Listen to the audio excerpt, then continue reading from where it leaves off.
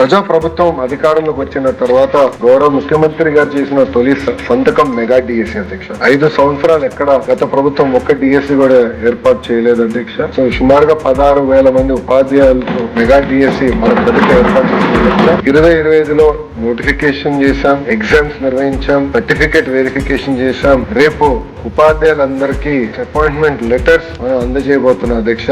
ఇది చాలా గర్వకారం. కూటమి ప్రభుత్వాన్ని తొలి విజయం ఇది. ఎందుకంటున్నానంటే ఎప్పుడు డిఎస్సి నోటిఫికేషన్ ఇస్తే టీఏ వచ్చేది ఇలాంటి ఇబ్బంది పెట్టేవారు అధ్యక్ష. ఇప్పటికీ సుమారు వైకాపా నాయకులు 100 కేసులు వేశారు అధ్యక్ష టీఎస్సి పైన. 80% డిఎస్సి ఆపాలి, జరగకూడదు అపాయింట్మెంట్ అని వాళ్ళు కేసులు వేశారు అధ్యక్ష. కానీ నోటిఫికేషన్ పకడ్బందీగా ఇచ్చాను కనుకనే ఎక్కడ ఒక్క స్టే కూడా రాలేదు. చాలా పారదర్శకంగా నడిపిస్తున్నాం అధ్యక్ష. నేను రేపు గౌరవ ముఖ్యమంత్రి ఉప ముఖ్యమంత్రి గారి నాయకత్వంలో పెద్ద ఈవెంట్ ఒకటి నిర్వహిస్తాం. సుమారుగా 16,000 మంది ఉపాధ్యాయులు వాళ్ళ కుటుంబం నుంచి ఒకరు, అంటే 32,000 మందితో సచివాలయం పక్కనే అధ్యక్ష మెగా డిఎస్సి ఈ ఆఫర్ లెటర్స్ అనేది అందజేస్తాం జరుగుతుంది అధ్యక్ష. కొంతమంది సభ్యులు అంటే ప్రతిపక్ష పార్టీకి చెందిన గౌరవ సభ్యులు ఈ సభలో లేరు అధ్యక్ష. బట్ వాళ్ళకు కూడా జిఏడి ద్వారా పులివెందుల ఎమ్మెల్యే గారు కూడా జిఏడి ద్వారా ఆహ్వానం పంపించడం జరిగింది అధ్యక్ష.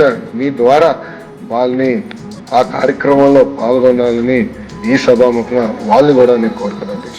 థ్యాంక్ యూ అధ్యక్ష. జై